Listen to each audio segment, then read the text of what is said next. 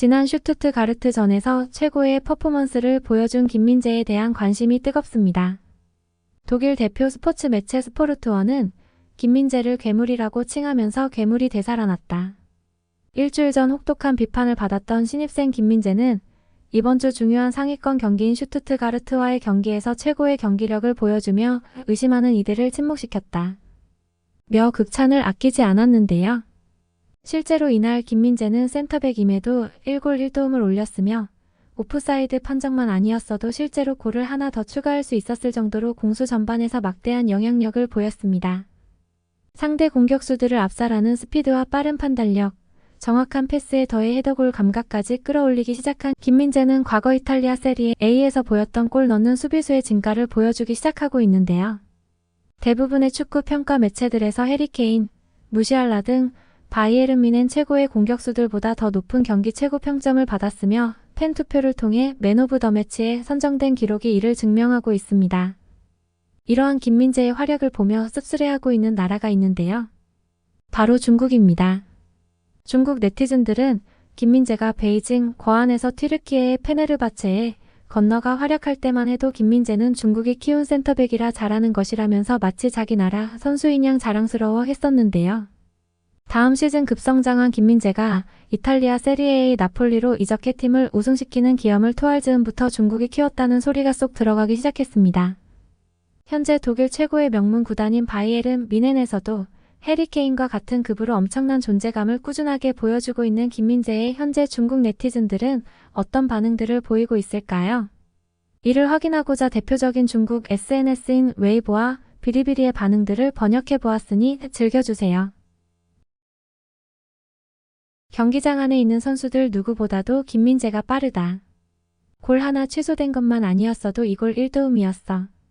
김민재의 최우수 선수 선정은 당연한 것이다. 엄청난 속도를 겸비하면서도 몸싸움에서도 누구에게도 밀리지 않아. 벽 그 자체다. 동양인이 저런 피지컬을 가질 수 있다는 게 믿기지 않는다. 한국 최근에 다녀와 봤는데 키 큰 사람들이 정말 많았다. 손흥민, 김민재와 같이 피지컬 좋은 월드클래스 축구 선수들이 괜히 한국에서 나오는 이유가 있었다. 센터백이 골도 넣고 도움도 올리면 공격수와 미드필더는 무엇을 해야 하오? 김민재의 골 감각이 슬슬 살아나는구나. 거안에 있을 때 코너킥 상황에서의 김민재는 공포 그 자체였던 기억이 나. 독일 리그에서도 통할 줄은 몰랐는데 진정한 괴물이다. 일본의 축구 수준이 크게 올랐음에도 왜 월드클래스 선수들이 안 나오는지 김민재의 피지컬을 보면 알 수 있다. 유럽 선수들과 몸싸움으로 이길 수 있는 피지컬을 가진 나라는 현재 동아시아에서 한국뿐인 것 같다. 우리 국대도 피지컬이 좋은 선수들이 있지만 술과 담배에 쩔어 사니 축구를 잘할 수 있을 리 없다. 우리 중국 어딘가에는 분명 메시와 호날두의 재능을 넘는 아이들이 여러 명 있을 것이다. 문제는 썩은 축협 때문에 그런 아이들이 축구 선수가 될 수 없다는 데 있지. 바이에른 뮌헨에서 1골 1도움. 맨 오브 더 매치 선정. 중국에서 이런 선수가 나왔으면 한 달 내내 신문 일면에 도배되었을 것이다. 한국은 매주 손흥민, 황희찬, 이강인, 김민재가 기쁨을 주고 있어. 축구팬으로서 이보다 더 부러운 일이 없구나. 김민재는 피지컬만 뛰어난 수비수가 아니다. 상대와 부딪힐 때 자세를 낮추고 준비하는 타이밍을 보면 그의 운동지능이 얼마나 뛰어난지 알 수 있다. 반대로 우리 국대 수비수라는 놈들은 그냥 뻣뻣하게 서 있기만 하지. 그러니 자기보다 조그만 상대와 부딪히도 밀려서 넘어지는 거야. 한국과의 경기에서 우리 모두 확인했잖아. 피지컬도 한국이 훨씬 좋았고 기술도 한국이 훨씬 좋았으며 당연히 몸싸움도 우리는 상대가 안 됐어. 우리 축구는 답이 없다. 운동지능도 떨어진다는 사실을 추가해줘. 이제 아시아인이 백인이나 흑인보다 피지컬이 떨어져서 운동을 못한다는 것은 변명밖에 되지 않는다. 우리는 언제쯤 손흥민이나 김민재가 나올 수 있는 거야. 김민재의 헤딩골 영상들을 보면 전부 타점이 높다는 것을 알 수 있다. 그만큼 서전트 점프를 열심히 연습한 거겠지. 술에 취해서 연습 시간에도 지각하는 우리 국가대표들과는 차원이 다른 노력을 쌓았을 것이다. 20년 전에는 동아시아에서 우리의 피지컬이 가장 좋았다. 하지만 지금은 일본에도 밀리는 형국이다. 한국과는 비교하는 것도 창피하다. 김민재는 보기만 해도 피지컬이 엄청나다고 느껴지는데 손흥민은 빠르지만 작은 선수라고 생각했었다. 하지만 공항에서 실물을 보니까 다르더라. 손흥민도 엄청 컸어. 김민재의 패스 정확도를 생각하면 사실 지금까지 더 많은 도움을 올릴 수 있었을 것이다. 아마 투엘 감독의 전술 때문에 김민재의 도움이 잘 나오지 않았던 것이 아닐까 생각한다. 유럽에서도 큰 신장을 보유하고 있는 독일 리그에서 동양인이 헤딩골을 넣다니. 이건 정말 대단한 것이다. 아시안컵이 얼마 남지 않았다. 혹시 한국과 붙게 됐을 때 언론에서 더 이상 한국을 이길 수도 있다는 희망을 내비치지 않았으면 좋겠어. 저런 수비수를 뚫고 우리 공격수들이 골을 넣을 수 있을 리가 없으니까. 해리 케인보다 평점이 더 높구나.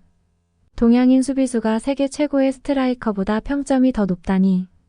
아시아의 자랑이다. 한국과 평가전을 하지 말았어야 했는데. 그래야 우리가 아직까지 한국을 이길 가능성이 있다는 소리를 믿으며 살 수 있잖아. 슈투트가르트에는 아시안게임에서 가장 많은 골을 넣은 정우영이 있는 것으로 알고 있는데 정우영도 김민재에게는 상대가 안 되나 보다. 컨디션이 좋은 김민재는 누구도 막지 못해. 유럽이라고 해도 예외가 아니다. 김민재의 전력 질주 스피드는 볼 때마다 놀랍구나. 피지컬 괴물이 저런 속도로 달려오면 상대 공격수들은 오줌을 지릴 것이야. 김민재가 독일 리그에 완벽히 적응한 것으로 보이네. 골 넣기 시작하면 무서워지는 선수로 기억하는데 난 이제 우리 수비수들한테 김민재를 보고 배우라는 말을 입에 담고 싶지도 않아. 봐도 무엇을 배울 수 있겠어. 수준이 하늘과 땅만큼 차이가 나는데 말이야.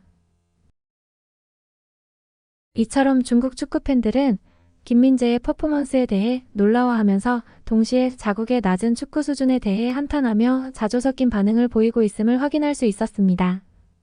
뉴캐슬전에서 압도적인 활약을 펼쳐 맨 오브 더 매치에 선정된 손흥민에 이어 이번에는 무려 바이에른 뮌헨에서 해리 케인을 제치고 김민재가 맨 오브 더 매치에 선정되며 한국 선수들이 유럽을 호령한 한 주였는데요. 나폴리에서도 여러 차례 헤더골을 기록한 김민재였기에 오히려 뮌헨에서의 헤더골은 늦게 터졌다는 생각이 듭니다. 골 감각을 잡고 결과를 만들었으니 앞으로의 경기에서 더더욱 김민재 선수의 영향력이 증가할 것이라고 믿어 의심치 않습니다. 최고의 활약을 펼치고 있는 유럽파 국가대표 선수들의 컨디션이 점점 올라오고 있어 행복한 한 주였습니다. 이러한 폼들을 모두 유지한 채 부상 없이 선수들이 귀국한다면 내년 1월에 시작할 아시안컵의 우승 확률은 대한민국 역사상 가장 높을 것이 자명합니다. 남은 12월 리그 경기에서 모든 한국 대표팀 선수들이 부상 없이 최고의 활약들을 펼치기를 희망합니다. 소중한 시간 내어 영상 시청해주셔서 감사합니다. 구독과 좋아요 부탁드리며 성실한 업로드 약속드리겠습니다. 감사합니다.